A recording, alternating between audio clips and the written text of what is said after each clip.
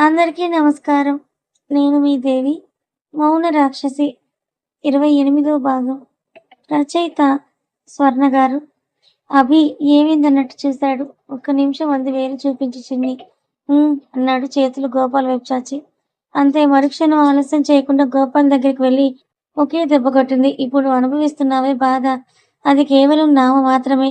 శారీరకంగా అనుభవించే గాయాలు ఎక్కువ రోజులుండవు. కానీ మానసికంగా అనుభవించే క్షోభ ఎప్పటికీ తీరదని కోపంగా చెప్పి వెళ్ళిపోయింది బయటికి. చిన్ని పడ్డ 7 ఏళ్ల నరకం గోపాల్‌కి ఒక్క దెబ్బలో తెలిసాయి. ఆ దెబ్బకి బాధపడ్డాడే కానీ పశ్చాత్తాపపడలేదు. చావు అంచుల వరకు వెళ్ళినా కూడా అతనికి చిన్నిపై ఉండే కోరికలు చావలేదు. మరి చిన్ని చెప్పిన ఈ 4 ముక్కలకి ఎలా చస్తాయి? అభి కృష్ణకి ఏదో సైగ చేసి వెళ్ళిపోయాడు. బయట అభిని చూసి చిన్ని మళ్ళీ వాణ్ణి చూడకూడదంది. అభి చిన్న నవ్వుతో బదులిచ్చి బయటకు తీసుకెళ్లాడు తనని. కృష్ణ కార్తీక్‌తో ట్రీట్మెంట్ ఇవ్వు వీడికన్నాడు కోపంగా. అభి కృష్ణల సైగలు చూసిన కార్తీక్ వాడిని చూసి చచ్చేవాడికి ట్రీట్మెంట్ ఎందుకన్నాడు. వీడి రక్తం కూడా నా కంటుకోవడానికి వీల్లేదన్నాడు కోపంగా. కార్తీక్ సరే అన్నట్టు ట్రీట్మెంట్ స్టార్ట్ చేశాడు. 7 ఏళ్లుగా తన చెల్లి పడిన బాధ కళ్ళ ముందు మెదులుతుంటే కసిగా ట్రీట్ చేశాడు వాడిని. కార్తీక్ చేస్తున్న ట్రీట్మెంట్ నొప్పి భరించలేక కళ్ళల్లో నీళ్లు తిరిగాయి గోపాల్‌కి. అరిస్తే ఇంకా ఎక్కువగా బాధ పెడతారేమో అని కష్టంగా కంట్రోల్ చేసుకున్నాడు. ట్రీట్మెంట్ చేసి బయటికి వెళ్లారు కృష్ణ, కార్తీక్. వాళ్ళు వెళ్లడం ఆలస్యం. నొప్పితో ఏడ్చాడు గోపాల్. బయట నిల్చొని ఆ ఏడుపు వింటున్న వాళ్ళకి వాడు చిన్ని విషయంలో చేసిన మోసాల గురించి, వాళ్ళిద్దరిని యాక్సిడెంట్ చేయించి చావు అంచుల వరకు తీసుకెళ్లిన విషయాల వరకు అన్నీ కళ్ళ ముందు మెదిలాయి. అన్నీ సవ్యంగా జరిగి ఈ రోజు వాళ్ళు ఒక్కటయ్యారు. లేదంటే ఊహించుకోవడానికి కూడా భయంగా ఉంది వాళ్ళకి. అప్పుడే వాళ్ళ ముందుకొచ్చి నిల్చుంది ఒక డాక్టర్. ఆమెను చూసి ఒకరినొకరు చూసుకున్నారు కృష్ణ, కార్తీక్. గోపాల్‌తో మాట్లాడాలి. మీకు తెలియని మరొక నిజాన్ని తెలియచేయాలంది ఆమె. చిన్ని ప్రెగ్నెంట్ అని డిక్లేర్ చేసిన లేడీ డాక్టర్ గుర్తుందా మీకు? ఆవిడే ఈవిడ. వాట్ అంటూ లేచారిద్దరు. కార్ డ్రైవ్ చేస్తున్న అభి చేయి చుట్టేసి భుజంపై తల పెట్టి పడుకొనేశాను. నాకు నిజం ఎలా తెలిసిందో తెలుసా అన్నది కళ్ళు మూసుకొని. అభి ఊహూ అన్నాడు. ఒక చెయ్యి తన తలపై వేసి మరో చేత్తో డ్రైవ్ చేస్తూ చిన్ని చెప్పడం మొదలు పెడుతుంది. అభికి చిన్ని చెప్తుంది. కార్తీక్ కృష్ణలకి లేడీ డాక్టర్ ద్వారా తెలుస్తుంది. ప్రస్తుతం మనం కూడా లేడీ డాక్టర్ దగ్గరికి వెళ్ళి తెలుసుకుందాం రండి. అవును, ముందు నన్ను గోపాల్‌తో మాట్లాడడానికి అనుమతించండి. మీకు అన్ని విషయాలు వివరంగా అర్థమవుతాయి. కృష్ణ, కార్తీక్ ఒకరినొకరు చూసుకొని పదండి అని లోపలికి తీసుకొని వెళ్లారు. డాక్టర్‌ని చూసిన గోపాల్‌కి భయంతో చెమటలు పట్టాయి. అంటే వీళ్ళకి నిజం అంతా తెలిసిపోయిందనుకుని భయంగా చూస్తున్నాడు వాళ్ళని. ఇప్పటికి కూడా అతని కళ్ళల్లో భయం తప్ప పశ్చాత్తాపం కనబడకపోవడం చూసి అసహ్యంగా చూసింది ఆ లేడీ డాక్టర్. అతని కళ్ళలోని భయమే చెప్తుంది ఆమెకి. గోపాల్ తనను గుర్తుపట్టాడని. ఎలా ఉన్నావు గోపాల్? గోపాల్ భయంగా చూస్తున్నాడు తప్ప గొంతులో నుంచి మాట పెగలటం లేదు.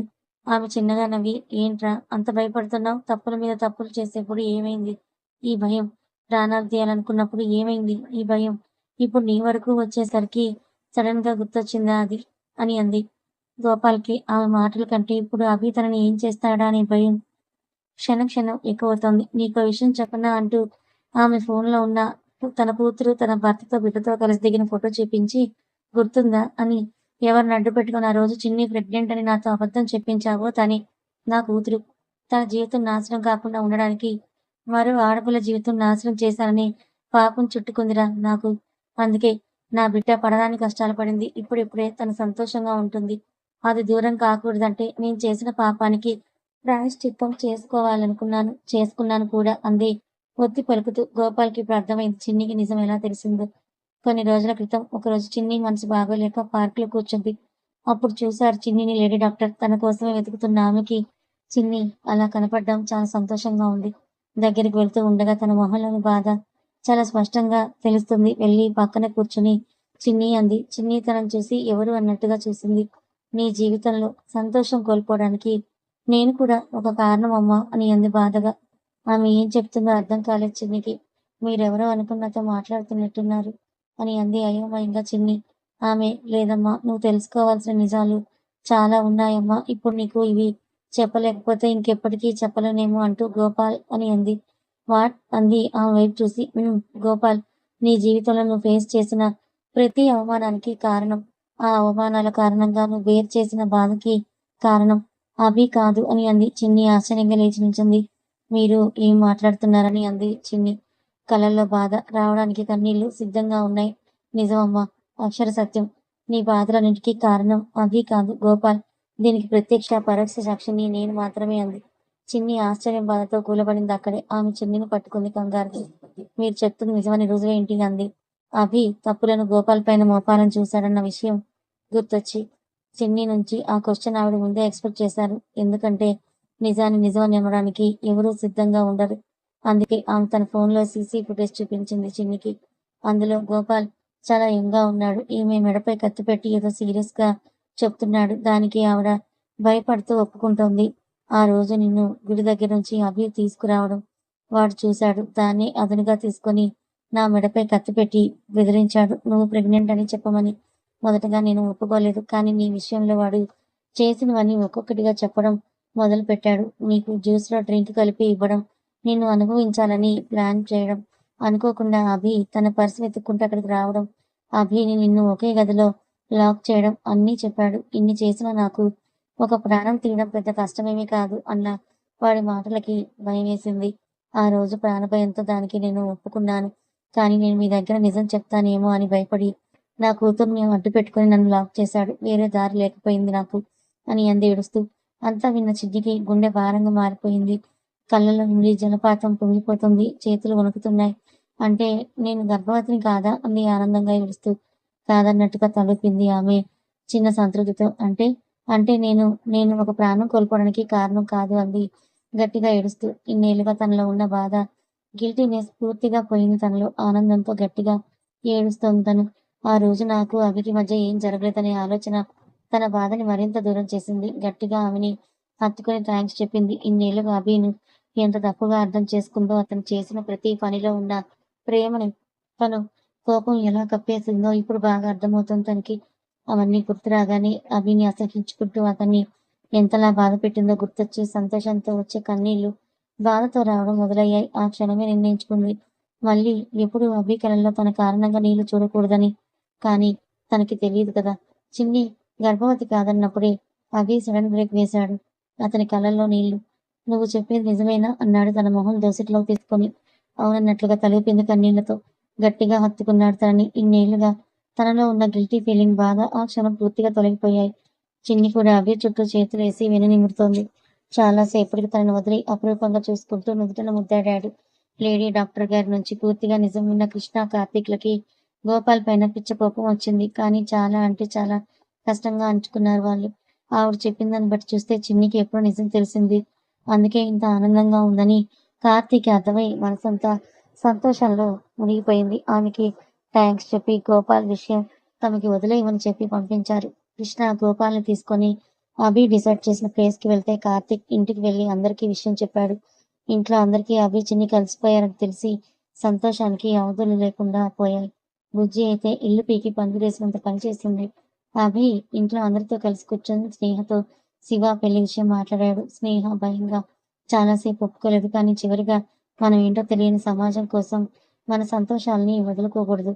అలా వదులుకోవాలనుకుంటే నీకు నాకంటే పెద్ద ఉదాహరణ దొరకదు. అలా వదులుకొని నేను పడిన బాధ వర్ణించలేను. కానీ ఎవరో సంతోషం కోసం నిన్ను నువ్వు వదులుకొని మరో చిన్నివి కాకూడదని చెప్తున్నాను.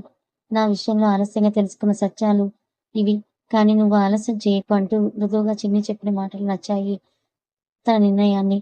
చివరికి స్నేహ కూడా పెళ్లి ఒప్పుకుంది. కానీ పెళ్లి చాలా సింపుల్ గా గుడిలో జరగాలని నిశ్చయించుకుంది. వాళ్ళ పెళ్లి కూడా ఊర్లో అభి, కార్తీక్ పెళ్లిలో జరిపిద్దాం అనుకున్న పెద్దలు కొంచెం నిరుత్సాహపడ్డారు. కానీ వాళ్ళకు కూడా ఇదే సబబు అనిపించింది. ఊర్లో పెళ్లి జరిపించి మళ్ళీ నలుగురు నాలుగు రకాలుగా మాటలు అని ఆ అమ్మాయిని బాధ పెట్టడం కంటే శివకి భార్య అనే హోదాలో తను ఆ ఊర్లో అడుగు పెట్టడం మంచిదని అందరూ అనుకున్నట్టుగానే వారంలో వాళ్ళ పెళ్లికి ముహూర్తాన్ని పెట్టారు. పెళ్లి పనులు కూడా మొదలు పెట్టారు. అభి అన్నిటికంటే ముఖ్యమైన పని మిగిలిపోగా అది పూర్తి చేసి సాయంత్రానికి ఇంటికి చేరుకున్నాడు. జీవితంలో ఉన్న అన్ని బాధలు, కోపాలు, ద్వేషాలు తొలగిపోగా చాలా ప్రశాంతంగా ఉంది అభికి. సింపుల్ గా చేయాలనుకున్నారు. కానీ ప్రతి ఆచారం తూచ తప్పకుండా పాటించాలని కూడా అనుకున్నారు. అందుకే షాపింగ్ చేయడం నుంచి సందడి మొదలు పెట్టారు. చిన్ని బుజ్జీల అల్లరితో అందరికీ తెలియకుండానే సమయం గడిచిపోయింది. అన్ని పనులు పూర్తి చేసుకొని పెళ్లి రోజు రానే వచ్చింది. స్నేహని పెళ్లి బట్టల్లో అందంగా ముస్తాబు చేశారు ప్రియ, బుజ్జి, చిన్ని. అలాగే శివని హ్యాండ్సమ్‌గా తయారు చేశారు కార్తీక్, కృష్ణ, అభి. ఇంకా వాళ్ళని తయారవ్వమని పెద్దలు చెప్పడంతో వెళ్లారు అందరూ. పెద్దలంతా తయారై గుడికి వెళ్ళడానికి ఏర్పాట్లు చేస్తున్నారు. చిన్ని, బుజ్జి, రియా ఎవరి గదుల్లోకి వాళ్ళు వెళ్ళి ఫ్రెష్ అయి ముగ్గురు పెళ్లి కోసం లంగా ఓణీల్లో ముస్తాబవ్వాలనుకున్నారు. అనుకున్నట్టుగానే బుజ్జి, రియా రెడీ అయి వచ్చారు. కానీ చిన్ని ఇంకా రాలేదు. మేం చూస్తామంటూ వెళ్తున్న రియా బుజ్జిలను ఆపి వెళ్ళాడు అభి. అద్దం ముందు నిలబడి అందంగా రెడీ అయి తనని తాను చూసుకుంటున్న చిన్నిని స్టన్ అయి చూస్తూ అదే ట్రాన్స్ లో దగ్గరికి వెళ్ళాడు. వెనుక నుంచి తనని హత్తుకొని భుజంపై తలపెట్టాడు. చల్లటి స్పర్శ సడన్ గా నడుముని తాకడంతో ఉలిక్కిపడింది చిన్ని. అభి కూల్ అన్నాడు ఆమె అద్దంలో చూస్తూ. అభిని చూసి రిలాక్స్ అయి నువ్వేంటి ఇక్కడ అంది. ఇంత అందంగా రెడీ అయి ఇంకా రాలేదేంటి అన్నాడు ఆమెని అలానే చూస్తూ. ఇప్పుడే వద్దాం అనుకుంటున్నాను, ఈలోగా నువ్వే వచ్చావని అంది. తనని బంధించిన అభి చేతులపై చేతులుచ్చి. అభి తనని ముందుకు తిప్పుకొని ఇంత అందంగా ఉన్నావేంటే రాక్షసి అన్నాడు తన కళ్ళల్లోకి చూస్తూ చేతులతో మెడను చుట్టేసి. ఎర్రగా మారిన బూరెల్లాంటి బుగ్గలతో రెప్పలు బాల్చేసి కింద అందరూ వెయిట్ చేస్తున్నారు, వెళ్దామా అంది. 2 బుగ్గలపై ముద్దు పెట్టుకుని. ఇలా అయితే కంట్రోల్లో ఉండడం కష్టమే రాక్షసి అని. పద అన్నాడు తన చేయి పట్టుకొని తీసుకెళ్తూ. నవ్వుతూ నడిచింది అభి వెంట. మెట్లపై నుంచి అందంగా నవ్వుతూ దిగివస్తున్న వాళ్ళని చూసి మురిసిపోయారు అందరూ కూడా. గుడికి చేరుకున్నారు పెళ్లి కోసం. అభి, చిన్నిల ఫ్యామిలీ, రియా ఫ్యామిలీ కృష్ణతో సింపుల్ గా అందంగా జరిగిపోయింది. కృష్ణ గురించిన నిజం తెలుసుకున్నాక రియా ఫ్యామిలీ కూడా అతన్ని అల్లుని చేసుకోవడానికి ఒప్పుకుంది. అన్ని ఆచారాలు పూర్తయి ఇంటికి చేరుకున్నారు. తర్వాత రోజు జరిగే వ్రతానికి సంబంధించిన ఏర్పాట్లు చేసి అందరూ కూడా రెస్ట్ తీసుకోవడానికి వెళ్లారు ఎవరి గదుల్లోకి వారు. స్నేహ ఇలాంటి ఒక రోజు వస్తుంది అని కలలో కూడా అనుకోలేదు. ఈ అనుభూతి మాటల్లో చెప్పలేని సంతోషాన్ని అందిస్తోంది తనకి. మరోవైపు శివకి కోల్పోయిన ప్రేమ తిరిగి దక్కిందనే సంతోషంతో మనసు గాల్లో తేలిపోతుంది. ఇల్లంతా పెళ్లి కలతో సందడిగా ఉండడం. ఎన్నో ఏళ్ల తర్వాత మళ్ళీ అందరి మనసులు ఆనందంలో మునిగిపోయాయి. నెక్స్ట్ డే వ్రతం జరిపించి ఈవినింగ్ శివ, స్నేహల ఫస్ట్ నైట్ కి ముహూర్తాన్ని పెట్టారు. ఆ ఏర్పాట్లన్నీ కూడా బుజ్జి, కార్తీక్ చూసుకుంటుంటే అభి, చిన్ని బస్తీ పిల్లల దగ్గరికి వెళ్లారు. వాళ్ళని కలిసి చాలా రోజులు కాగా వాళ్ళకి అవసరమైనవి అన్నీ చూసి అక్కడి నుంచి ఆఫీస్కి వెళ్ళి ఇంపార్టెంట్ వర్క్స్ ని కంప్లీట్ చేసుకుని వచ్చారు. ఆనందంలో సమయం తెలియకుండానే గడిచిపోయింది. అభి, చిన్ని, కార్తీక్, బుజ్జి 2 జంటలకు ఒకే రోజు పెళ్లి చేద్దాం అనుకుని డిసైడ్ అయ్యారు పెద్దలు. అదే మాట వాళ్ళతో చెప్తే ససేమిరా కాదన్నారు. చిన్ని, బుజ్జి ఇద్దరు ఒకేసారి అన్నయ్య పెళ్లిలో మేము ఫుల్ గా ఎంజాయ్ చేయాలి అంటే అభి, కార్తీక్ ఒకరి మొహాలొకరు చూసుకున్నారు. కార్తీక్ ఓసేయ్ ఇద్దరు ఒకేసారి ఎలా ఎంజాయ్ చేస్తారన్నాడు చిన్ని తలపై మొట్టి. చిన్ని కోపంగా కార్తీక్ జుట్టు లాగుతూ నీకు చెప్పాను కదా తలపై కొట్టకురా అని అంటూ కొడుతుంటే వాళ్ళని విడదీయడం మానేసి అందరూ గట్టిగా నవ్వారు. రే ఆపండ్రా మీ అల్లరి అని. మరి ఇప్పుడు ఏం చేద్దాం అనుకుంటున్నారు అని అంది జానకి. వీళ్ళు ఒకరి పెళ్లిలో ఒకరు ఎంజాయ్ చేయాలంటే అందరికీ విడివిడిగా పెళ్లిళ్ళు చేయడమే అని అన్నారు కృష్ణ గారు. అభి, కార్తీక్, చిన్ని, బుజ్జి అందరూ కూడా ఒకేసారి నో అని అరిచారు. బిత్తరపోయి చూశారు అంత వాళ్ళ అరుపుకి. మరి మీరే ఏదో ఒకటి ఏడవండి అని అంది రాధగారు. వాళ్ళు చాలా తీవ్రంగా ఆలోచించడం మొదలుపెట్టారు. రఘురాం గారు రే అంత చించకండి, మీలో ఎవరో ఒక జంట తప్పకుండా ముందుగా చేసుకోవాల్సిందే అని అన్నారు. వాళ్ళు మొహమొహాలు చూసుకొని కార్తీక్, బుజ్జికి చేద్దామని ఫిక్స్ అయ్యారు. రాధగారు ఆడపిల్లని పెట్టుకొని అలా వాడికెలా చేస్తావురా అని అన్నారు. అందరూ ఒక డెసిషన్కి వచ్చాక మళ్ళీ ఆవిడ గెలకడంతో అందరూ ఆవిడ వైపే సీరియస్ గా చూశారు. వాళ్ళంతా అలా చూడడం చూసి నిజం రా అన్నారు మెల్లగా. దానికి కృష్ణ గారు రేయ్ 3 జంటలకు ఒకే ముహూర్తానికి ఒకే మండపంలో పెళ్లిళ్ళు జరుగుతాయి అంతే, ఇంకేం మాట్లాడకండి అని అన్నారు. 3వ జంట ఎవరు అన్నారు ముక్తసరిగా. అదిగో వస్తున్నారుగా వాళ్ళు అని అంటూ గుమ్మం వైపు చూపించారు. నవ్వుతూ లోపలికి వస్తున్న రియా, కృష్ణలను చూసి ఏంటి మీరు కూడా చేసుకుంటారా పెళ్లి అని అన్నారు ఆశ్చర్యంగా. రియా వింతగా చూసింది వాళ్ళని. అదేంటి మేమెందుకు చేసుకోకూడదు అని అన్నాడు కృష్ణ అయోమయంగా. రేయ్ మీ గురించి వాళ్ళకి తెలియదు కదా అంటూ వాళ్ళ లవ్ స్టోరీని చెప్పాడు అభి అందరికీ. అందరూ నవ్వుతూ వాళ్ళని కూడా కాసేపు ఆట పట్టించి పంతుల్ని పిలిచి ముహూర్తం పెట్టించారు. అందరి జాతకాలు చూసి 15 రోజుల్లో దివ్యమైన ముహూర్తం ఉందని సెలవిచ్చారు పంతులు గారు. అలాగే చిన్ని జాతకరీత్యా మృత్యుగండం కూడా ఉందని తెలుసుకున్నారు. కానీ అది చెప్పి వాళ్ళ సంతోషానికి భంగం కలిగించాలని అనిపించలేదు. దానికి కాలమే పరిష్కారం చూపాలి అనుకుని సెలవు తీసుకున్నారు. పెళ్లికి టైం తక్కువగా ఉంది, పనులు త్వరగా పూర్తి చేసుకోవాలి అని రియా తల్లిదండ్రులకి పెళ్లి గురించి కబురు పంపించారు. పెళ్లి ఊర్లో చేయాలని నిశ్చయించుకున్నారు కనుక అక్కడ అన్ని పనులు ముగించుకొని 10 రోజుల ముందే ఊరికి వెళ్ళాలని నిర్ణయించుకున్నారు అందరూ కూడా.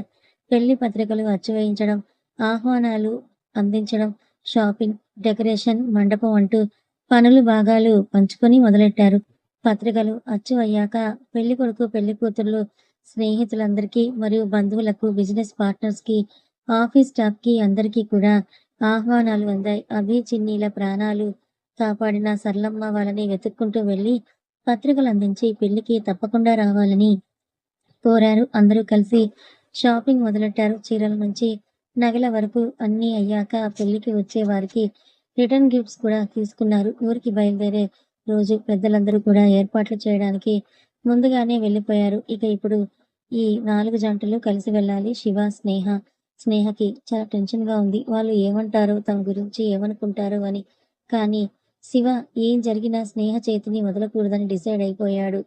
కృష్ణ, రియా కొత్త జీవితానికి స్వాగతం పలికే క్షణాల కోసం 1000 కళ్ళతో ఎదురు చూస్తూ ఉన్నారు. పైగా డెస్టినేషన్ వెడ్డింగ్ లాగా వీళ్ళ పెళ్లి పల్లెటూరులో జరగబోవడం చాలా హ్యాపీగా ఉంది వాళ్ళకి. కార్తీక్, బుజ్జి తమ గురించి ఏమాత్రం భయం లేదు. ఉన్న ఒకే టెన్షన్ చిన్ని. మళ్ళీ తను బాధపడినా ఏ ఘటన కూడా జరగకూడదని మనసులో వేల సార్లు ప్రార్థిస్తున్నారు. చిన్ని కలలు కన్న ప్రపంచం కొద్ది రోజులు తమ కళ్ళ ముందు ఉండబోతుందని తలుచుకుంటుంటేనే ఆనందం ఆకాశాన్ని అంటుతోంది. ఎక్కడైతే తనని నిందించారో మళ్ళీ అదే నేలపై తలెత్తుకొని అడుగు పెట్టబోతుంది. ఇలాంటి ఒక రోజు తన జీవితంలో వస్తుంది అని కనీసం ఊహించని కూడా లేదు. ఆ రోజు తాళి కట్టి తన గౌరవాన్ని నిలిపాడు. ఈ రోజు అదే తాళి కట్టబోతూ తనని గౌరవంగా బ్రతికేలా చేయబోతున్నాడు. ఆ రోజు తన బాధకి, ఈ రోజు తన సంతోషానికి అన్నింటికీ కారణం అనుకుంటూ ఉండగానే తనెదురుగా ఉన్న అద్దంలో చిరునవ్వులు చిందిస్తూ నిల్చున్న అభి ప్రతిరూపం కనపడగానే తనకి సమాధానం దొరికింది. పెదవి అంచుల్లో చేరిన చిరునవ్వుతో వెనక్కి తిరిగింది. పీచ్ కలర్ లెహంగా చోలీలో సింపుల్ గా రెడీ అయిన అందంగా ముద్దుగా ఉన్న తనని చూస్తూ ముందుకి అడుగులు వేశాడు అభి. ఎరుపెక్కిన బుగ్గలతో నెమ్మదిగా రెప్పలు వాల్చేసిన తనని దగ్గరగా అనుకొని ఒక చేత్తో మెడని చుట్టేశాడు. ఓయ్ ఇటు చూడు అని అన్నాడు మ్యాగ్నెటిక్ వాయిస్ తో. కళ్ళు మాత్రమే ఎత్తి చూసింది అభిని. మొదటిసారి తనకి ప్రపోజ్ చేసినప్పుడు అతని కళ్ళల్లో చూసిన అంతులేని ప్రేమ ఇన్నేళ్లలో ఏ కొంచెం మార్పు కూడా లేకుండా అలాగే ఉంది. చాలా ముద్దుగా ఉన్నావంటూ చెవిలో చెప్పి చెవి పక్కగా ముద్దు పెట్టుకున్నాడు. తన్మయంగా కళ్ళు మూసుకుని అతని మెడ చుట్టూ చేతుల్ని వేసింది. మెల్లగా మొదలైన ముద్దు గాఢత పెంచుతూ బుగ్గని తాకుతూ పెదవుల్ని అందుకున్నాడు. అతని చర్యకి ప్రతిచర్యగా పూర్తిగా అతనికి సహకరిస్తూ ఉంది చిన్ని. చాలా సేపటి ఊపిరి తీసుకోవడం కష్టమై నెమ్మదిగా పెదవులు వదిలి కళ్ళపై ముద్దాడి లవ్ యూ అని చెప్పాడు. సిగ్గుతో రెప్పలు వాల్చేసింది తను. తన పెదవుల్లో చేరిన అందమైన చిరునవ్వును చూసి పెదవులు అప్రయత్నంగానే విచ్చుకున్నాయి. మరోసారి చిన్న పెక్కిచ్చి టైమవుతోంది వెళ్దామా అని అన్నాడు చెయ్యి అందుకొని. నవ్వుతూ బదులిచ్చింది తను. అప్పటికే కార్స్ లో అన్నీ సర్దేశారు వాళ్ళు.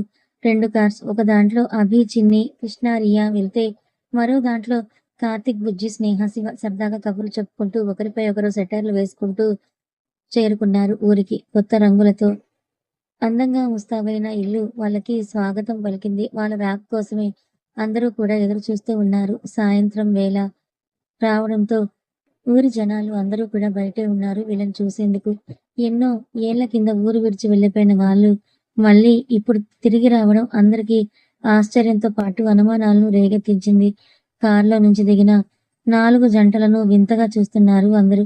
అభి, చిన్నీలను చూసి 7 ఏళ్లు పైనే కావడంతో వాళ్ళని చూసిన వెంటనే ఎవరూ గుర్తుపట్టలేదు.